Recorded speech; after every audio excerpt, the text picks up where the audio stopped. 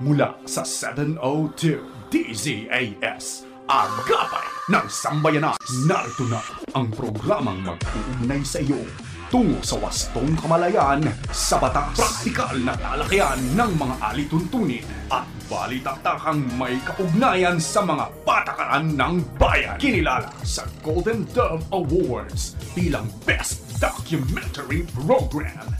Ito ang Tabas ng Batas!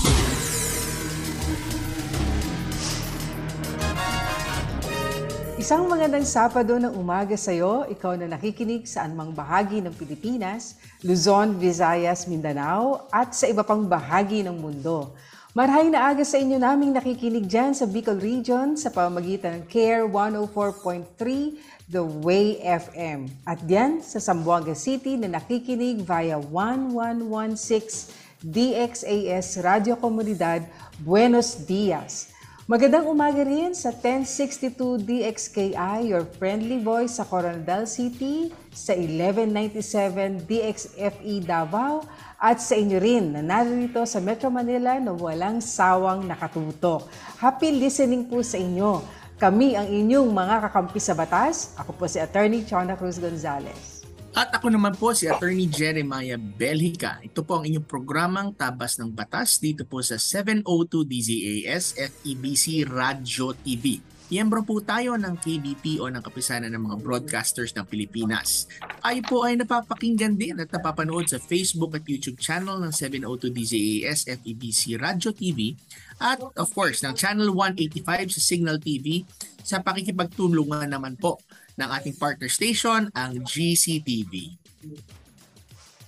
At tayo ay sinasamahan din ng ating cute crew na sina Absidi Ferrer, ang ating ProdTech sila Benjo Morano, Reggie Villena, Nathaniel Peralta at RTV na sina Aileen Valdez, Abby Glindo, Chris Rosete, Wenmark Balatucan, Jong Perez, Angelica Calayag at ang mga kasama natin sa Bukawi Transmitter site.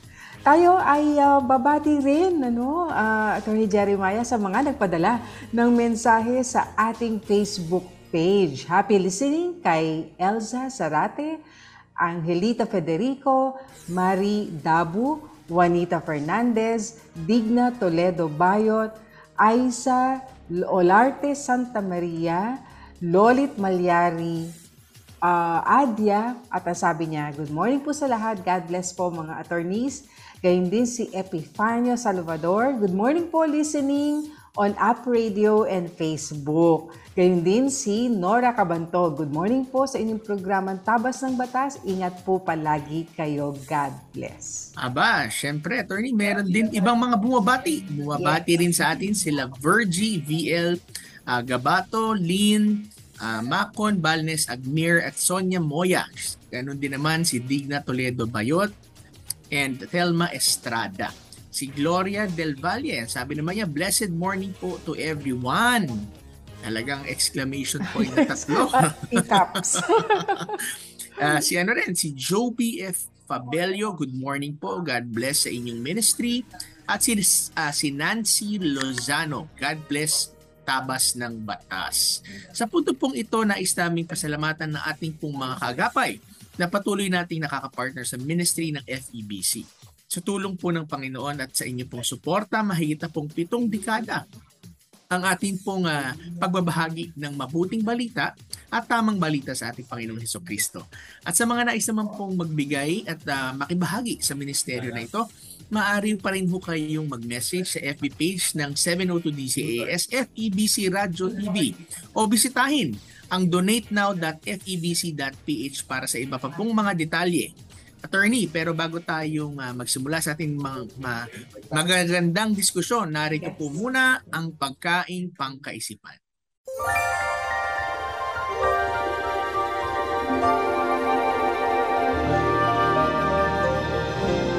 Ito po ay mula sa aklat ng Efeso chapter 4 verse 2 ng Magandang Balita Biblia. Kayo'y maging mapagkumbaba, mahinahon at matiyaga. Magparaya kayo dahil sa inyong pagmamahal sa isa't isa.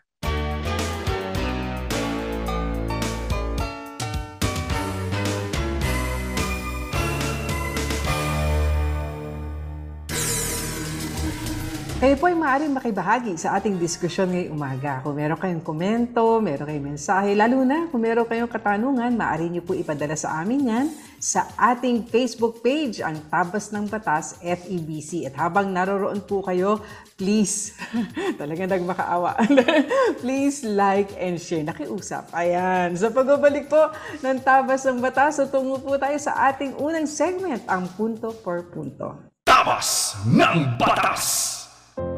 Kapag tinawag ka ng pagmamahal, sumagot ka agad. Panatag, marangal. Naririto ako at handang maglingkod. Sundin mo ang sariling puso't kalooban, hindi ang bulong, bighani at tukso na mga wikang banyaga sa iyo. Matitiis mo ba ang patalim ng balakyot? Magtitiis pa ba sa gisi ng maiksing kumot? Mahihimbing ka bang alipin ng takot? Ang pag-ibig mo ay walang kapantay, kundi ang pag-ibig din ng minamahal. Huwag mo siyang bayaang maghintay. Gumising ka, manindigan. Bawat patak ng luha niya'y isang dagat. Bawat ngiti ng tagumpay niya'y watawat. Kapag tinawag ka ng pagmamahal, sumagot ka agad. Matatag marangal, walang bakit, sana maglingkod. Ito ay hango mula sa tulang Mamamayan ni Rio Alma. Paalaalang hatid ng inyong 702 DZAS FEBC Radio TV, Agapay ng Sambayanan. Ito ang 702 DZAS. 702 DZAS. Agapay ng Sambayanan. Napapakinggan sa buong mundo sa www.febc.ph sa pamamagitan ng Microsoft Media Server Technologies at ng Bitstop Computers. Paksang legal na siniksik sa mga kaalamang praktikal sa isang makabuluhang talakayan sa Punto por Punto.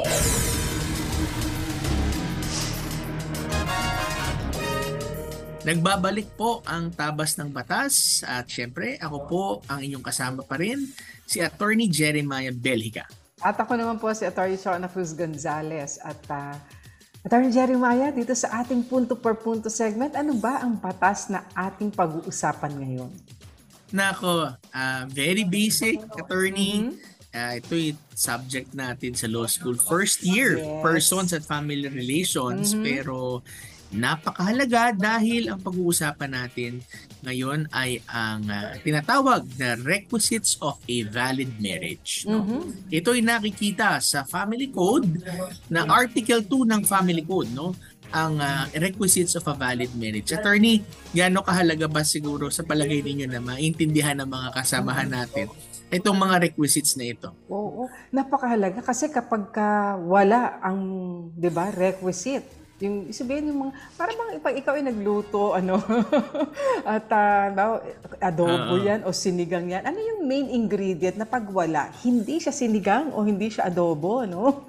So dito kung wala ang mga requisite na ito, maaapektuhan ang validity o legality ng marriage. Tama. Kumbaga yung rekado mo, dapat kompletos rekado sa attorney na tinatawag.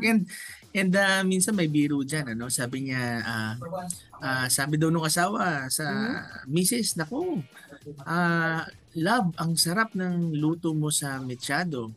Aso lang medyo lasang kare-kare. Love kare-kare talaga yan.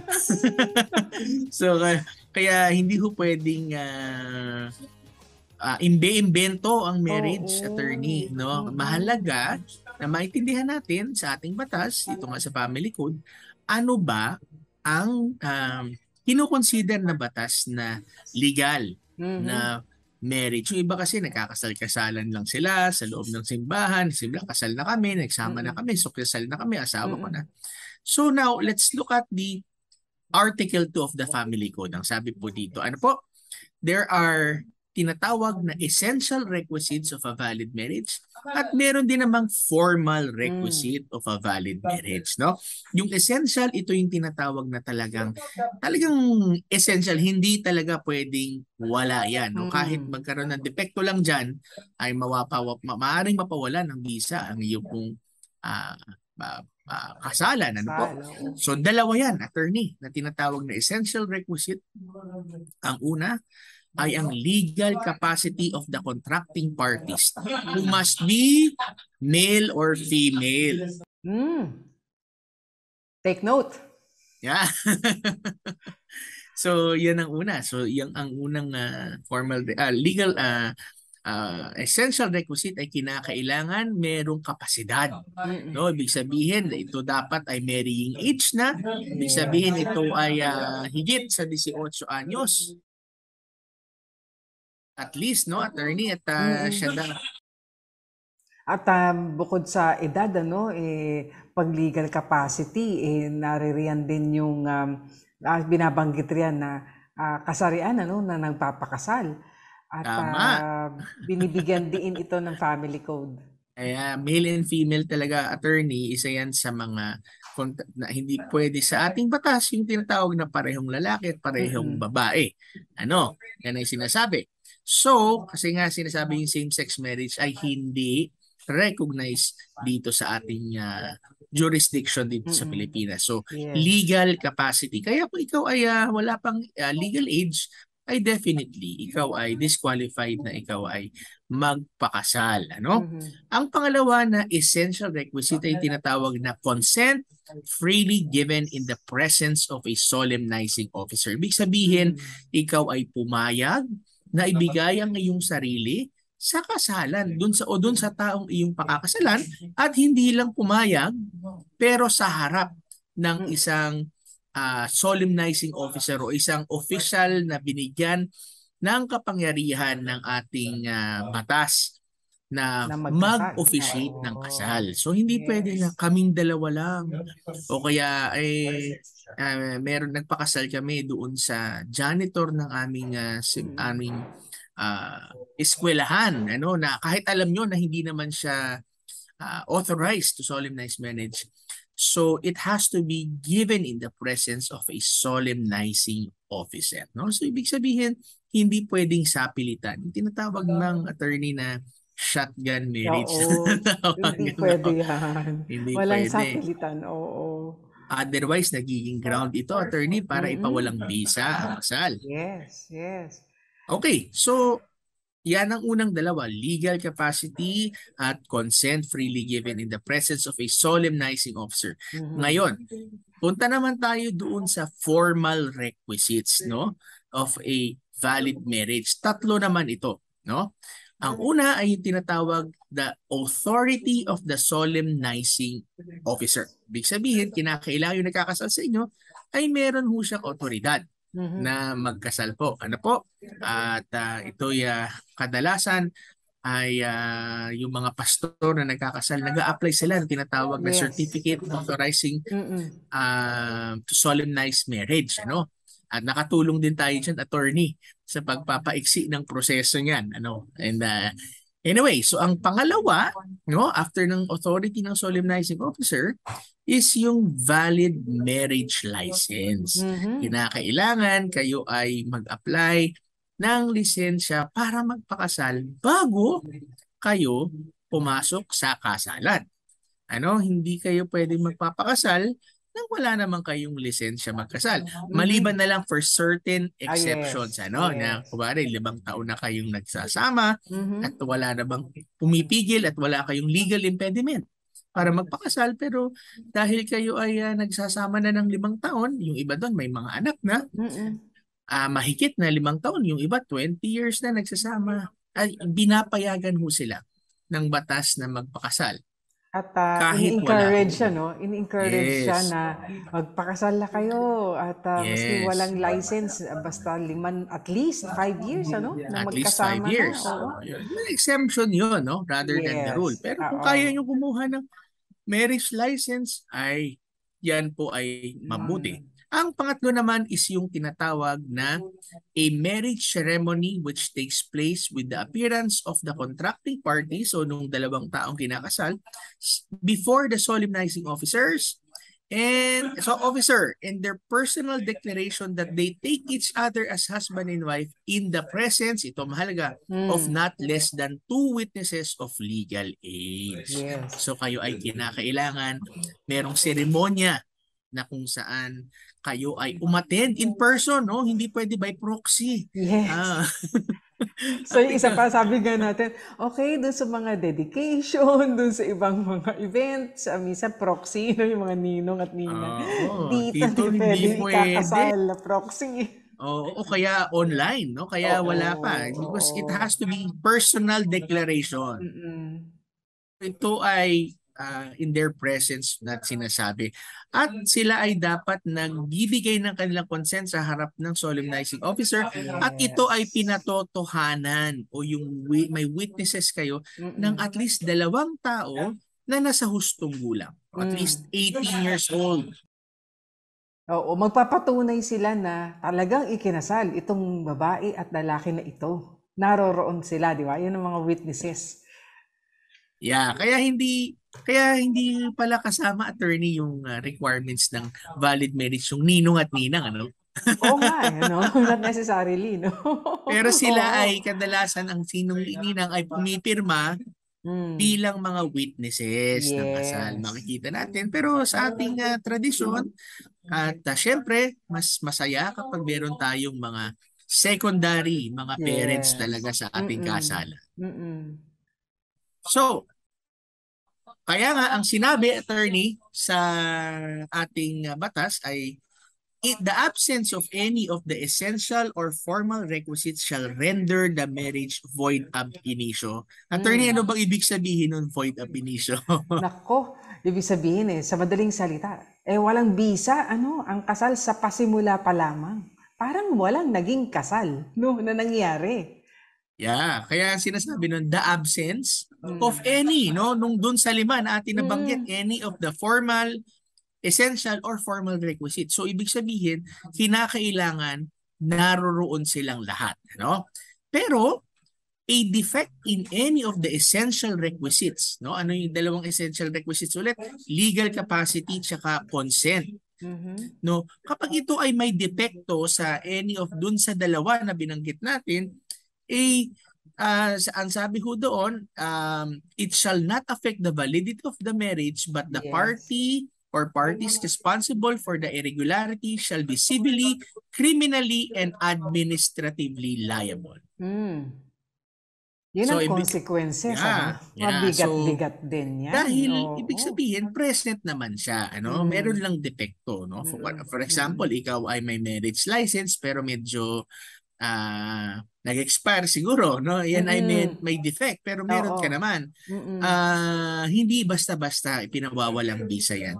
Ito'y kahalagahan na to, attorney, ay pagpapakita na hindi mo basta-basta pawalang visa ang isang kasalan, no? Minsan siguro yung witness 2, pero yung isa minor de edad pa, baka pwede yung maging depekto on the formal requisite. So hindi rin naman aapektuhan yung validity ng marriage. Pero kung wala ka talagang witness, o kaya wala talagang ceremony na nangyari, nakapirmahan lang kayo ng papel sa City Hall o kaya kung sino ay pinalakan nyo lang yung papel, pinarehistro, ayan po ay maaring maging ground for declaration of nullity ng marriage. Okay, so yan po, no? Makikita nyo po yan sa Article 2 ng ating Family Code at yan po ang tinatawag na requisites of a valid marriage, the essential and formal requisites. Ayan, at nawa ay naging malinaw sa ating mga listeners, sa ating mga kaagapay, ang kahalagahan ng mga naisaad diyan sa Article 2 ng ating Family Code na binigyang daan po natin dito sa ating punto per punto segment kasi nga yan ang mga requisites na kinakailangan na hindi ba na ma-comply natin, masunod natin para walang problema doon sa kasal na magaganap sa ating sa pagitan ng ating kababayan na babae at lalaki. Ayan. So nawa po ay nagkaroon kayo ng kaalaman diyan sa bagay na yan na may kinalaman sa ating Family Code. Tayo po ay magpo-pause for a break. Pero sa ating pagbabalik ay Dadako tayo sa ikalawa nating segment, ang Akala at Panukala segment. Kahit wag po kayo maglilipat ng istasyon, kami po ay magbabalik agad dito pa rin sa inyong paborito programang Tabas ng Batas. Tabas ng Batas! Tiyaga, tiyaga, tiyaga. Pray, pray, pray. Yan po ang lagi nating panawagan para sa lahat ng mga Pilipinong nasa ibang bansa. Tiyaga sa napakahaba at komplikadong prosesong hatid ng pabago-bagong adjustment. Tiyaga sa trabaho sa kabila ng matinding pananabik na makauwi na at makasama ang pamilya. Tiyaga sa pananalangin dahil ang ating Diyos ay walang sawa sa pagtugon sa ating mga dulog sa Kanya. Sabi nga po sa unang Tesalonica, Kabanatang 5, talatang 16 hanggang 18, magalak kayong lagi, palagi kayong manalangin at magpasalamat kayo sa Diyos sa lahat ng pagkakataon, sapagkat ito ang kalooban ng Diyos para sa inyo, sa inyong pakikipag-isa kay Hesus Kristo. Ako po ang inyong kaagapay, Pastor Attorney Carlos Kuya Kaloy Cao Jr. Sumasaludo, umaagapay at nananalangin para sa ating mga overseas Filipino workers.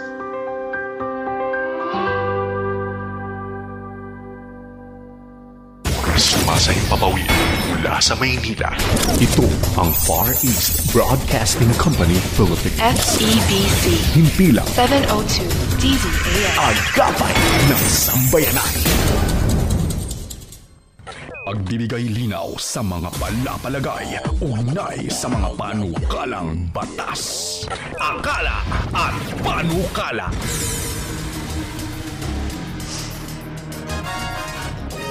Alright, so tayo po ay nagbabalik sa Tapas po ng Batas. Ating programa ngayong Sabado, kasama niyo pa rin po kami. Ako po si Attorney Jeremiah Belica. At ako naman po si Attorney Chona Cruz Gonzalez. At tayo ngayon ay nasa Akala at Panukala segment. Dito po ay pinag-uusapan natin ang mga panukalang batas ng ating mga mambabatas. Para naman bago sila maging tuluyang batas, medyo may alam na po tayo tungkol doon sa mga isinusulong nila sa Kongreso. So ito ang bago na kasi itong Senate bill na ito ay na-file ngayong 19th Congress na. So Senate Bill 225, ito po ay may kinalaman sa protection ng integrity of electronic transactions, defining for the purpose the crime of internet and telecommunications phishing din, pero PHISHING, providing penalties therefore. Kasi nga, di ba, Attorney Jeremiah, nitong mga nakaraang Sabado, may natanggap tayong katanungan patungkol yan. Meron tayong isang kababayan na nabiktima sa online, ng isang scammer. So, mabuti na meron ng ganito rin pinapanukalang batas para tingnan natin paano ba masusugpo, paano ba mapapanagot ang mga gumagawa ng ganitong sabi nga nefarious activities. So, tingnan muna natin ano ibig sabihin ng phishing, kasi dinefine dito sa kanya explanatory note. Ang sabi rito, phishing is an act to acquire sensitive information such as usernames, passwords, website details, and credit card accounts. Ako, napakahalaga ng mga impormasyon na yan. Pag napasa kamay ng mga masasamang loob, merong dinudulot na hindi lang abala sa atin, kundi marami rin. Yung kababayan natin, yung ating kaagapay na nagpadala ng katanungan ay nawalan siya ng pera dahil nga meron ding scammer online at nabiktima siya. Ito naman sabi, by masquerading as a trustworthy entity in an electronic communication. So, ang phishing daw ay pwedeng yung gumagawa nito, ito yung proseso na kung saan nakakakuha ng mga impormasyon katulad nga ng sinabi ritong username, password, detail mo sa website, credit card accounts. Naku, mahirap yan kasi baka yung credit card mo, di ba, pinambili ng mga kung ano-anong items na hindi naman ikaw, pero ikaw magbabayad. Ikaw magbabayad. So, kaya sabi rito, phishing targets emails, telephone, or text messages by someone posing as a legitimate institution to lure individuals into providing sensitive data such as banking and credit card details, passwords, and personally identifiable information. So, nako, pagka meron nung, kasi meron din akong personal, may kilala ko na ganyan. Kasi nga siya ay merong loan sa bank at lagi siyang nire-remind for payment. So, nung nakatanggap siya ng ganitong reminder, dahil nga usual naman yung nangyayari sa kanya, hindi na niya binerify, It turned out, sinabi na ko, kailangan nung natin i-update yung inyong account, yung online account ninyo, ganyan, para makapagbayad kayo sa amin, etc. Hiningi yung kanyang PIN number, hiningi yung credit card detail, or pati yung yata yung kanyang bank details, yung kanyang PIN number, etc. At sa kasamang palad ay hindi pala taga-bangko at nakuha yung pera niya dun sa account na yon. In fact, alam mo, dito rin sa explanatory note, kinilala rin ang NBI sa kanilang Cybercrime Division at ang Bangko Sentral ng Pilipinas ay nagsasabi na merong increase in this activity called phishing.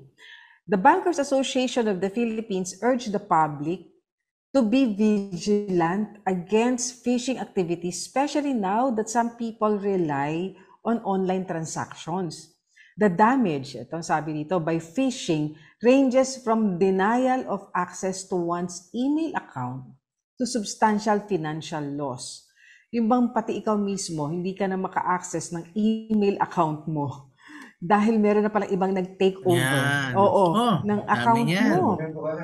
At masama pa nga, katulad dito, merong mga substantial financial loss. Kaya nga nagsabi rin na ilang mga kaibigan tayo na sa online kasi syempre para mabilis ang pagbabayad natin ng mga utilities, ng mga bills.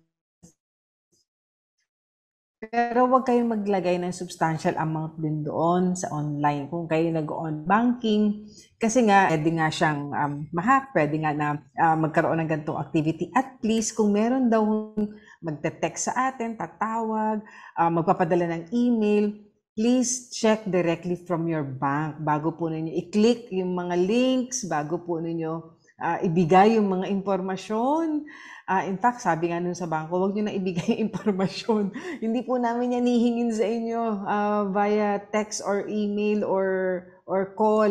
Kaya mainam, personal pong pumunta sa bangko. Attorney, alam mo, minsan nagpapadala pa yung iba ng parang form na kung saan pipirmahan. Yung tinatawag na specimen signature. I-email lang sa'yo tapos pinapa-email back. Naku po. Delikado. Mag-ingat po kayo at mas mabuting pumunta po mismo doon sa bangko. Yes. At doon po ay makipag-ugnayan kayo para alam ninyo na yung talagang, di ba, nakaka-deal ninyo, nakaka-transact ninyo ay talagang from the bank, di ba? At sigurado po kayo secured. Ayan. So the damage that was caused, ayan nga po, nag-cause ng financial loss. It may be an assault to a person's right to privacy kasi nga nalaman yung mga detalye tungkol po sa atin. The perpetrators can ruin an individual's trustworthiness and credit standing.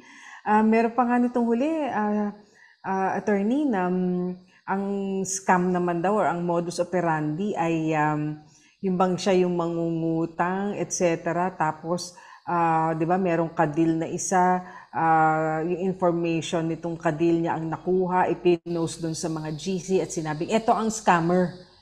Samantalang siya yung na-victimize. Oo. Grabe, siya yung na-victimize.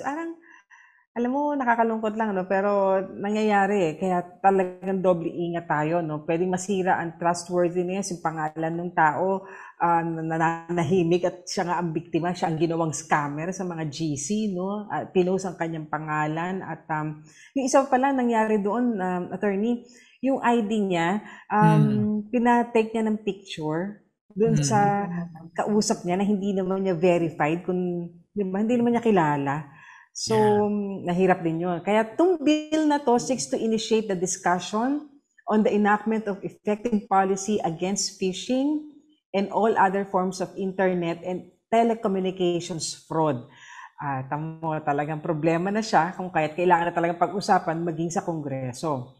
Since online transactions have become more popular as a mode of doing business in the Philippines, the deliberation of proposed measure is recommended. So, ito ang anti-phishing law. So, ngayon pala magkakaroon nito sa atin once this bill becomes a law.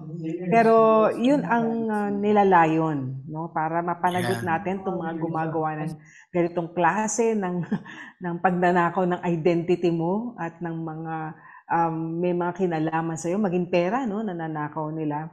Kaya't ang punishment naman na ipinapataw ay nakalagay sa Section 2. Sabi, any person who shall commit the act of phishing in the internet or in messaging systems shall be punished with an imprisonment of not less than 2 years nor more than 10 years.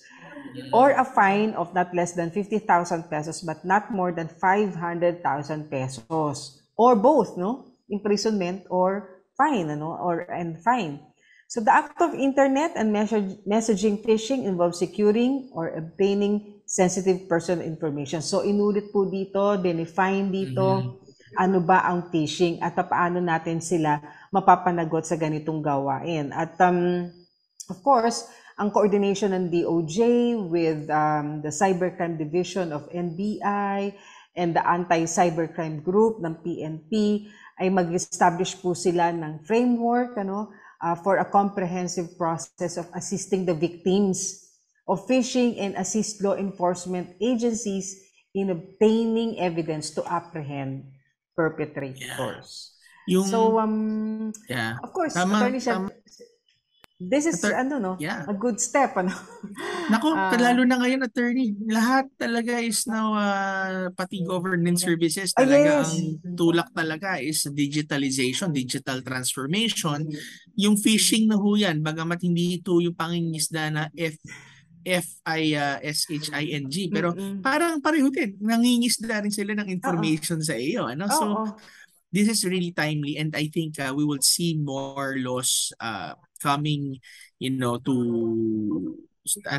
the Congress being passed para protektahan ang ating mga ang ating mga sensitive na mga data at mga personal na mga data natin. Naku, minsan sa akin may mga tumatawag nag-i-email. Tinatanong ko ano-ano mga impormasyon at papakilala. Hindi ko sinasagot. At sabi ko ay pupunta na lang po ako doon sa opisina at doon sa bangko para makausap po sila. At alam mo, naging sophisticated na rin sila dahil sa ibang mga nakita natin din sa Facebook na nabiktima. Talagang pinarinig pa nila, ni-record nila yung tawag sa kanila na kunyari ay isang tao mula sa bangko. Alam mo, professional, attorney. Kung magsalita, parang akala mo talaga yung mga taga-bangko at may alam sila tungkol sa'yo. Kaya, di ba, medyo rin. Kaya, wag ho tayong pumatol doon. Mas mainam, sinabi na ni Attorney Jeremiah na tayo ay pumunta doon sa bangko mismo. At doon po tayo mag-inquire. At po nating, maski nga totoo na, taga-bangko talaga yung nakausap natin. Magpakasiguro po tayo at wag tayong mag-rely sa kanilang representation sa atin. Sa ating pagbabalik ay tayo dadako naman sa ating blockbuster segment, ang Payo de Asunto. Kaya pag po kayo maglilipat ng istasyon, kami po ay babalik agad dito pa rin sa inyong paboritong programang Tabas ng Batas. Tabas ng Batas! Maraming salamat pong muli sa lahat ng mga kaagapay na ating nakasama sa nagdaang FEBC Friends Fellowship sa Imus, Cavite at Taytay, Rizal. Lubos po kaming nagpupuri sa Panginoon sa inyong mainit na pagtanggap at pagsuporta sa ating misyon na ibahagi si Kristo sa mundo sa pamamagitan ng radyo. Tuloy-tuloy po ang ating pagbisita para makumusta at makahalubilo ang ating mga tagapakinig sa iba't ibang panig ng Mega Manila. Ngayon naman po, inaanyayahan ang ating mga kaagapay sa Camanava area, Caloocan, Malabon, Navotas, Valenzuela at mga kalapit nitong lugar na dumalo at makibahagi sa gawain ng FEBC Philippines. Magkita-kita po tayo sa August 20, Sabado sa Jesus God's Righteousness Revealed Church sa ganap na alas 10 ng umaga hanggang alas 12 ng tanghali. Ito po ay sa 3rd floor ng Felisa Building, MacArthur Highway, corner Governor Santiago Road, Valenzuela City. Katabi lamang po ng Jollibee Malinta Branch. ating maririnig ang FEBC Ministry Updates mula kay FEBC President Kuya Dan Andrew Cura at mga awitin at musika mula sa mga papuri singers. Bilang pagsunod sa ating public health protocols, paalala lang po na ipresenta ang inyong vaccination cards sa pagpasok sa venue. Mangyaring tumawag o mag-text kay Jasmine Rojas sa 0947-333-5605 o Cyril Delfino sa 0927-778-6909 para ipagbigay alam ang inyong pagdalo o katanungan ukol sa event. Kita-kits, kaagapay! Ito ang 702 DZAS, Agapay ng Sambayanan, na papakinggan sa buong mundo sa www.febc.ph sa pamamagitan ng Bitstop Network Services. Mga kasong bibigyang pansin at mga katanungang sasagutin, yan ang tututukan at gagabayan ng Payo de Asunto.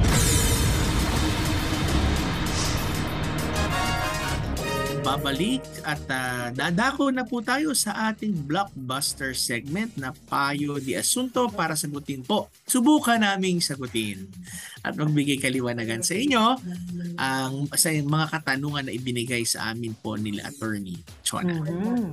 Ito na, Attorney Jeremiah, no? Medyo nakakalungkot lang yung tanong, pero eto, sabi niya, meron kaming 2 pamangkin na naiwan ng aming kapatid na namatay. Ngayon po, sila ay nasa amin dahil ayaw sumama sa kanilang ama at bigla pong nagsama na sila ng babae niya. Hindi po matanggap ito ng mga bata na iyon ang kapalit ng nanay nila. Lumapit kami sa DSWD pero wala daw po kami magagawa kahit ayaw ng mga bata na sumama sa tatay nila dahil may karapatan yung tatay nila sa mga bata. Ano kaya dapat namin gawin? Gusto lang po namin maliwanagan kasi nalulungkot at umiiyak po ang mga bata na may edad 9 at 7 taong gulang. Kalungkot lang Nakakalungkot. Lalo na mga bata ito, namatay yung nanay. Talagang nangyayari yan, Attorney, na siyempre hindi naman natin masabi na hindi na malungkot yung tatay kasi baka minsan sa sobrang lungkot kaya talaga naghahanap ng relationship. But kung ano pa man yan, siguro, Attorney, kailangan natin ma-establish na ang pagdating sa custody issue, kung sa bata, kung kanino mapupunta ang bata, ay yung tinatawag na paramount interest is the welfare of the child or of the children in this case. So kung ano yung mas makakabuti dun sa bata, hindi yung karapatan ng tatay, hindi yung gusto ng lolo, lola o ng mga tiyuhin at tiyahin. Kaso lang nagkakaroon kasi talaga ng presumption ang batas na ibinibigay po. Ang sabi po dyan, kapag ang bata po ay 7 taon at pababa, normally, Attorney, kapag mayroon pong pag-aagawan ng mag-asawa ng custody, talagang binibigay ang formative years talaga sa nanay. Yes. Pero kung hindi naman po kasal, ayan, medyo dyan nagkakaroon ng konting komplikasyon. Kung hindi kasal ay wala parental rights or parental authority ang tatay dahil isa po ay illegitimate na ama. Ang meron parental authority ay ang nanay. Pero yung tatay naman nagkakaroon lamang na tinatawag na visitation rights. Pero sa ganang ito, Attorney, sinabi mukhang lumapit na raw sila sa DSWD at ang sabi sa kanila ay wala raw silang magagawa dahil ayaw po ng kahit ayaw sumama ng mga bata sa tatay, karapatan daw ng tatay nila. Yun ay sa tingin ko na namin ni Attorney, baka kasi kasal yung tatay tsaka yung nanay. So nagkakaroon ng parental authority talaga, lalo na't minor de edad. Pero Attorney, siguro baka gusto mo magbigay ng exception dyan, kung sakali. Kasi bagamat sinasabi nga natin na ang panuntunan ng batas kung 7 taong gulang at pababa sa nanay, dahil nga formative years, meron pa rin namang exception. Gayun din naman kung more than 7 at siya ay papipiliin, pwedeng pumili yung bata ng kanyang sasamahan. Ganun pa man, kailangan yung mapipili niya hindi naman unfit. Yeah. So, bagamat may mga ganitong panuntunan sa batas, ang nabanggit mo na kanina sa pauna pa lamang na ang pinakamahalagang konsiderasyon dito, ito man ay makarating sa korte para igiit ninyo yung inyong karapatan para magkaroon ng kustodiya ng mga bata, yung kung ano yung makabuti sa bata. Kaya ito ay isang bagay na maaring yun nga, may panuntunan ng batas, pero kung halimbawa may makita po kayo na hindi magandang trato sa mga bata, at malalagay sa hindi magandang sitwasyon ang mga batang ito, maaari po kayong dumulog sa korte at hingin na mapunta sa inyo ang custody ng mga bata. Kasi nga po, again, ang konsiderasyon ng korte, ng batas, sa lahat ng ito ay kung ano ang makakabuti po para sa mga bata. In fact, best interest of the child.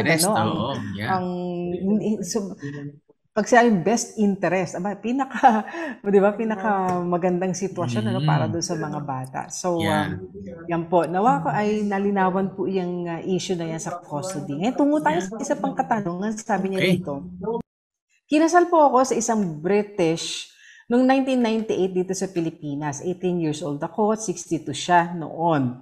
Pagkatapos namin ikasal, umuwi siya sa England at hindi na siya bumalik at hindi ko na rin makontak. Humingi po ako ng tulong sa British Embassy pero wala daw ang pangalan niya doon. Pero hawak ko ang marriage certificate namin, patunay na pumunta siya rito at nagpakasal sa akin. Ngayon, nagkaroon na po ako ng pamilya at partner at nais na naming magpakasal pero lumabas sa Senomar. May asawa ako, ano po ang pwede kong gawin? Baka mamaya, attorney, nagbigay pa ng ibang pangalan ito, no? Kasi hindi raw mahanap sa British Embassy. Anyway, sa ganitong sitwasyon po ay maaaring tingnan ng abogado na hahawak ng kanilang kaso, meron bang ground para i-dissolve ang marriage? At kung merong ground para po i-dissolve o pawalang bisa yung kasal, pwedeng dumulog sa korte para i-dissolve yung marriage na yan. At pwede rin, di ba, attorney, na mag-file ng petition for presumptive death. That's right. Kung wala talagang impormasyon, hindi kayo makakalap ng impormasyon at baka dahil sa edad maaring siya ay sumakabilang buhay na, pwede po kayong tumungo sa korte at mag-petition na ipa-declare ang inyong British husband na dead. Bakit kailangan po ipa-declarean dead siya? Presumptively, no? Na pinagpapalagay ng batas na patay na siya. Kasi nga wala kayong informasyon. At the same time ay kung kayo ay pagpapakasal na muli, sabi niyo nga may partner kayo, nais niyo isaayos sa inyong pagsasama, magpapakasal kayo, hindi kayo makasuhan ng bigamya or bigamy kung sakali po na biglang lumitaw na pumunta muli rito yung British husband niyo. So, yun po ang mga pwedeng maging course of action ninyo at merong solusyon ang batas sa ganitong sitwasyon. Tsaka, attorney, sinabi niya, 1998 pa daw sila nagpakasal, kinasal, at yung lalaki na at that time is 62 years old. So that was 24 years ago. So ngayon ay 86 years old na ho yan. Yung kanya pong napangasawang Briton. British. British. So, tama po yan. Kapag sabi nga sa batas, attorney, nabanggit mo nga, kapag ayon sa family code, kapag mahigit na 4 na taon nang nawawala. At kinakailangan lang, ipakita sa korte na nagkaroon ka ng earnest efforts talaga. Na makausap, hanapin, pinagtanong-tanong, at wala talaga kayong makontak. At hindi nyo talaga mahanap. Ay pinapayagan po ng korte yan na siya po ay i-declare na presumptively dead. Ibig sabihin, nung ipinagpapalagay na siya ay patay na. Yes. Ayan. Another question, sabi naman dito, may habol po ba kami sa lote na di pa po na i-award sa amin pero nakabayad na po kami? At napatayuan namin ng bahay, gumastos po kami ng 700,000 pesos. Ngayon, ibinabalik ang binayad namin na 16,000 galing po sa munisipyo namin dahil i-demolish na daw po. Ano ang pwede naming gawin? Linawin lang natin, Attorney Jeremiah, na kasi ito i-award pa lamang, Okay, nakabayad na, pero lumalabas na hindi pa talaga awarded, Wala pa yung mga dokumento na magpapakita na ito ay na-award na ng government sa kanila. At yun ang isang sitwasyon na kinakaharap nila dito dahil ngayon ay gusto na silang paalisin, ano? Dahil i-demolish na rin yung, siguro baka may gagawing project dito kung ito man ay government property, ano? Yeah, tama, attorney. Tsaka mapapansin ko dito, no, sinabi na i-award, hindi pa po na-award ito, no, pero nakabayad na at may patunay na 700,000. Ang tanong ko dito, attorney, nung sila ba'y nagtayo ng kanilang bahay doon sa lote na yun, ay naghingi sila ng permiso. Ibig sabihin may kasunduan na sige, tatayo namin habang di pa na-award. Dahil in that case, baka lumabas silang builder in good faith sila. Pero kung sila ay may malinaw sa usapan na sa kanilang usapan ay hindi pwedeng tayuan, ay baka kayo po ay magkakaroon ng problema doon dahil hindi ho kayo pinapayagan pero itinuloy po ninyo. Pero ito, no, ulit limitado tayo kasi, attorney, doon sa binigay lamang sa atin na maiksing katanungan dito. Ano po? Pero pinakamaganda dyan po, balikan niyo po yung kung ano man po ang kasulatan na inyo pong pinangahawakan bagamat hindi pa po na-award sa inyo. Yung pong bakit mahalaga po malaman kung kayo ba ipinayagang magtayo riyan, no? Kasi po pag kayo ay builder in good faith, ibig sabihin alam nung kausap ninyo na kayo at binigyan kayo ng pahintulot magtayo riyan, maaari nyo kasing maklaim yung necessary expense sa pagkapatayo na yan. Kasi in good faith kayo, alam nung kausap niyo kung gobyerno man ito, may gano'n kayong kasulatan na pinayagan kayo magtayo.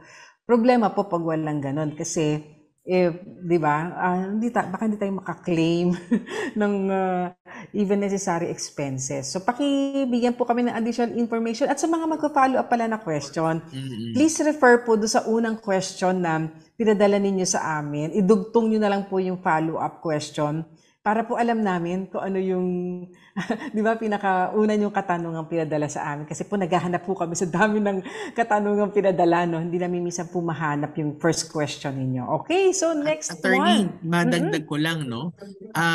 Kung sila pala ay wala ng titirhan at pagtitirhan at sila ay kiniklaim na parang informal settler, meron tayong batas dyan, attorney, yung linan. So tingnan niyo po yan, ano po, kasi kung pwede niyo po sabihin na kayo ay tulungan na maghanap ng inyong malilipatan. Wala ho kayong malilipatan at preferably ang sabi ng batas doon ho sa lugar, sa loob rin ho ng inyong munisipyo o malapit ho sa kung saan ho kayo kung sakaling i-demolish po. Parang ano yan, ano, intercity ba? Intercity na relocation, ano? Opo, kasi yung displacement kasi, attorney, mahirap, no? Mahirap, nandun nag-aaral yung mga anak mo, doon ka nagtatrabaho, naghahanap buhay. Ilalayo, itatapon ka sa malayong lugar, napakahirap din na makapag-survive for them. Yeah. Okay, so ito naman, may lote na 766 square meters pamana sa aming nanay. 6 sila magkakapatid na maghahati-hati rito. Ngayon ang problema, inangkin po ito ng tito ko.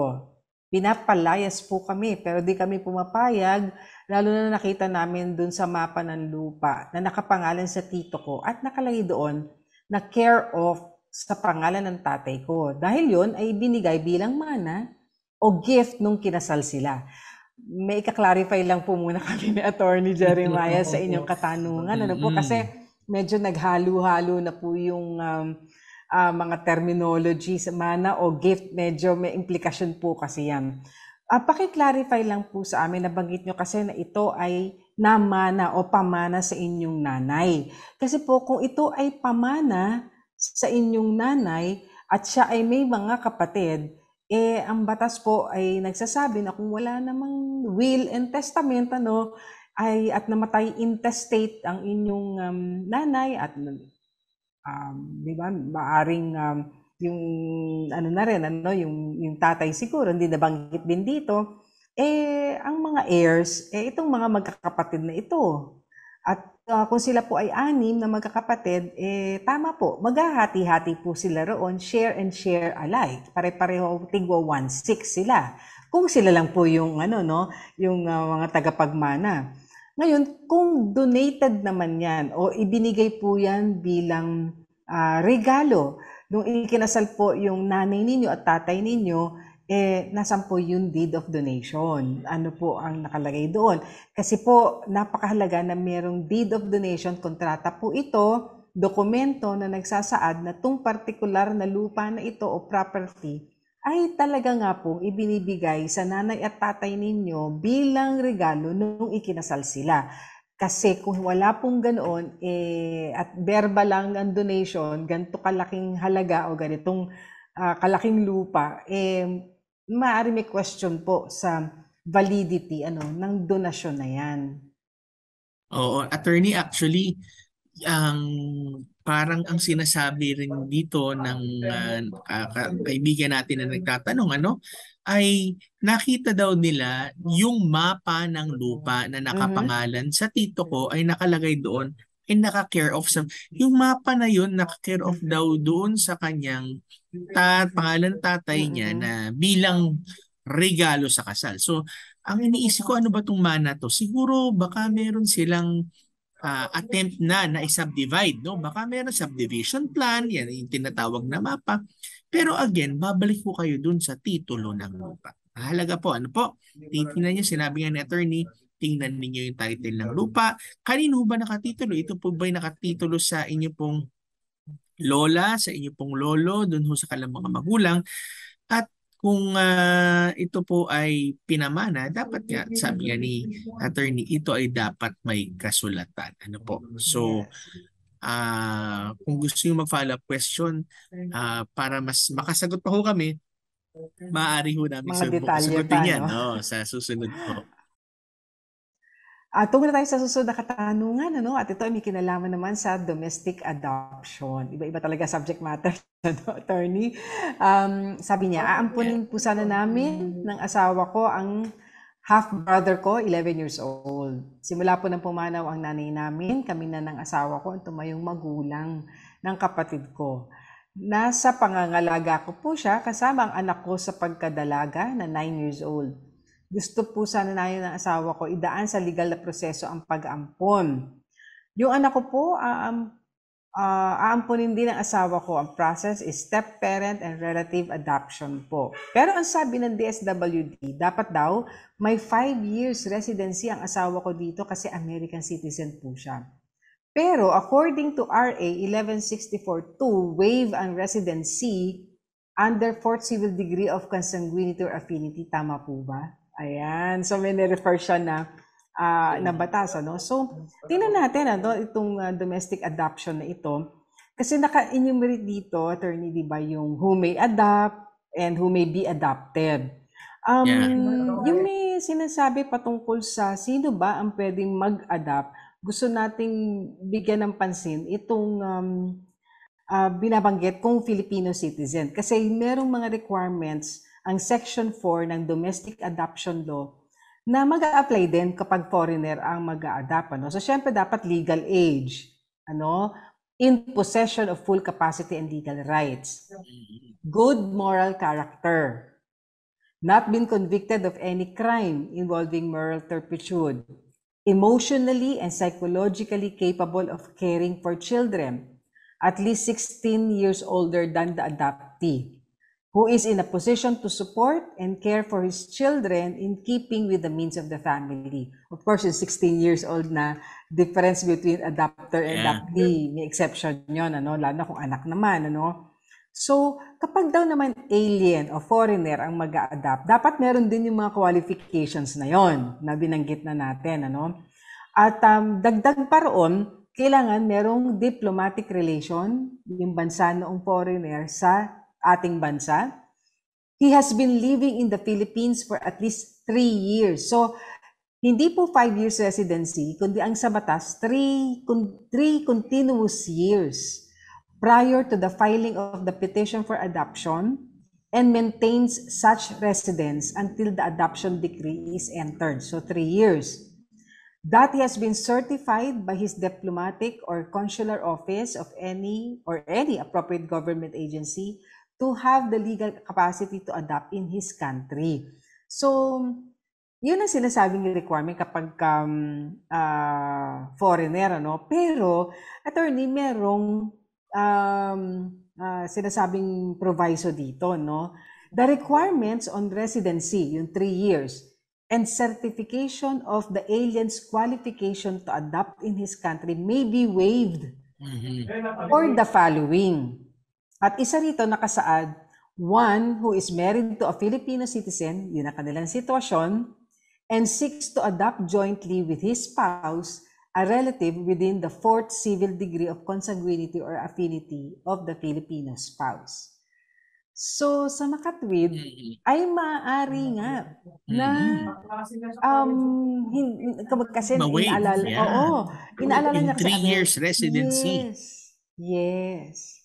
3 years residency ay maaaring nakalagay ito waived. Ano? Yeah.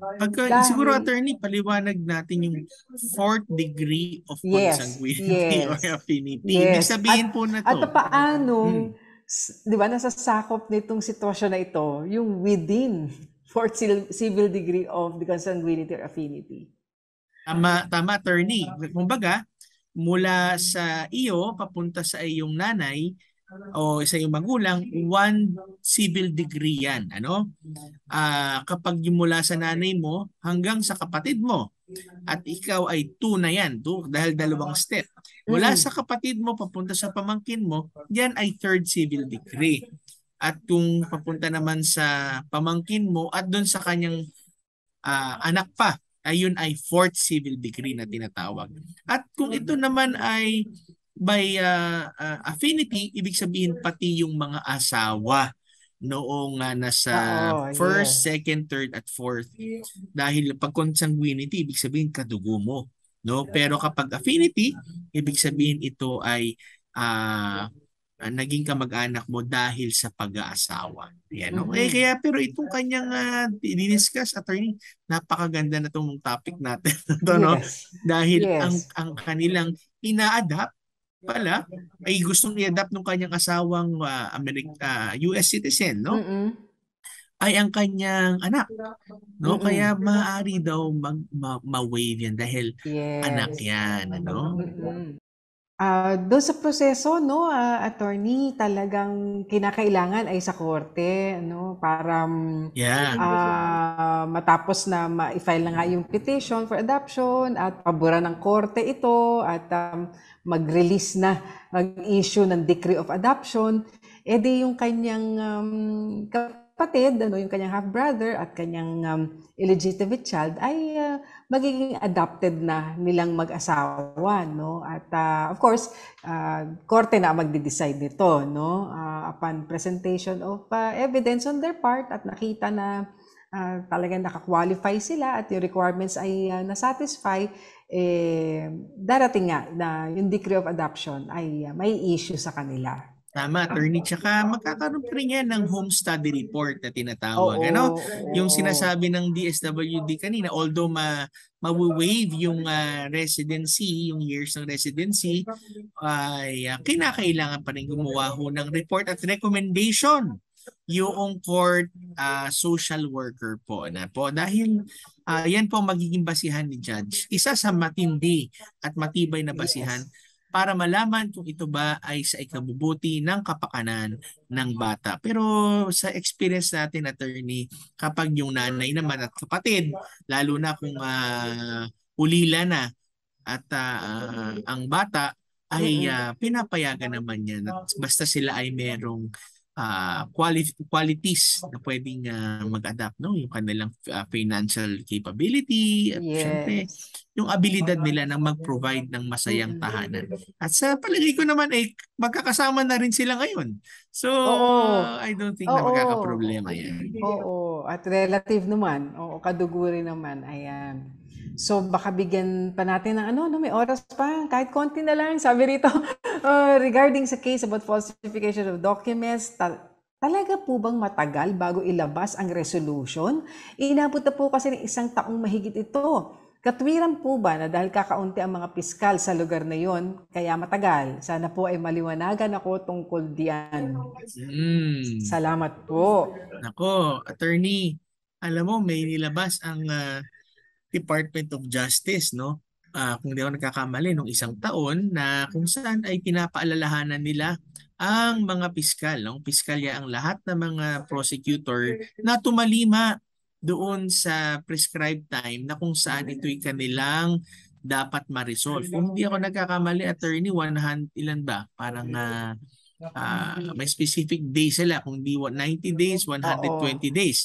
Ano po, kung isang taon na po yan, ay maaari po siguro kayong mag-file ng inyong request, no, for urgent resolution. Ano po, para baka natambakan ho na trabaho si piskal. Ano po, at hindi lang ho ito sa falsification of documents, pero sa lahat ng iba pang mga complaint, no, na isinasampa po natin sa piskalya. Total, attorney, ito'y parte lamang ng tinatawag na preliminary investigation, no? Yung determination of probable cause kung dapat bang ma-file ng kaso sa korte, o ma-file ng information sa korte yung inyong nire-reklamo. Ayan. Yan ang ating naging talakayan, ano, ng mga katanungang ipinadala sa atin. Kung di po ninyo napakinggan ang buong kasagutan sa inyong mga katanungan, pwede niyo pong balikan, ano, at reviewin sa ating Facebook page, ang 702 DZAS-FEBC Radio o sa Tabas ng Batas FEBC. At kung hindi po namin nasagot ang inyong pong mga katanungan, abangan niyo po ito sa mga susunod na Sabado. Kaya ngayon, attorney, dadako na tayo sa ating prayer time. Panginoon, kami po ay nagpapasalamat dahil ikaw po ang nagbigay sa amin ng pagkakataon na mapag-usapan ng iba't iba pong mga katanungan at iba't iba pong mga bagay patungkol sa batas at sa mga panukala, Lord, that is now being expected, Lord, to be taken up para sa ikabubuti, Panginoon, ng taong bayan. Nagpapasalamat po kami na ikaw ang aming mabuting tagapagpayo, ikaw ang nagbibigay sa amin, Panginoon, ng hustisya. At Lord, we also pray for those who are going through any challenges po sa kanilang buhay. Lord, nawa ang amin po mga pag-uusap sa araw na to ay magbigay po sa kanila ng pag-asa at higit pa riyan ang iyong presensya, O Diyos, at iyong salita. At pangako ang siyang magbigay sa amin ng kapanatagan at kalakasan ng loob, Panginoon, na magpatuloy, Panginoon, sa lahat ng amin pong mga hinaharap na hamon sa buhay. We give you praise, Lord, for FEBC at lahat ng mga ginamit mo para maging posible ang programang ito. Ito pong aming dalangin sa pangalan ni Jesus. Amen. Salamat po, kaagapay, sa mga tumutok sa ating radio at sa ating mga online channels via Facebook at YouTube at sa Channel 185 sa Signal TV sa GCTV. Kami po ang inyong mga kakampi sa batas tuwing Sabado ng umaga. Ako po si Attorney Jeremiah Belhica. At ako naman po si Attorney Chona Cruz Gonzalez. Nag-aanyaya sa inyong lahat. Nasamahan kami muli sa susunod na Sabado sa parehong oras at himpilan. Kaya't lagi po nating tatandaan, kung uunawain at susundin, kakampi mo ang batas. Nais po naming makarinig mula sa inyo para sa mga kuro-kuro, mungkahi o mga bagay na nais ibahagi sa palatuntunang iyong napakinggan. Sumulat lamang sa 702 DZAS, Agapay ng Sambayanan, 1 Corporate Center, 46th floor, Doña Julia Vargas Avenue, corner Meralco Avenue, Ortigas Center, 1605, Pasig City. O mag-email sa dzas info@febc.ph.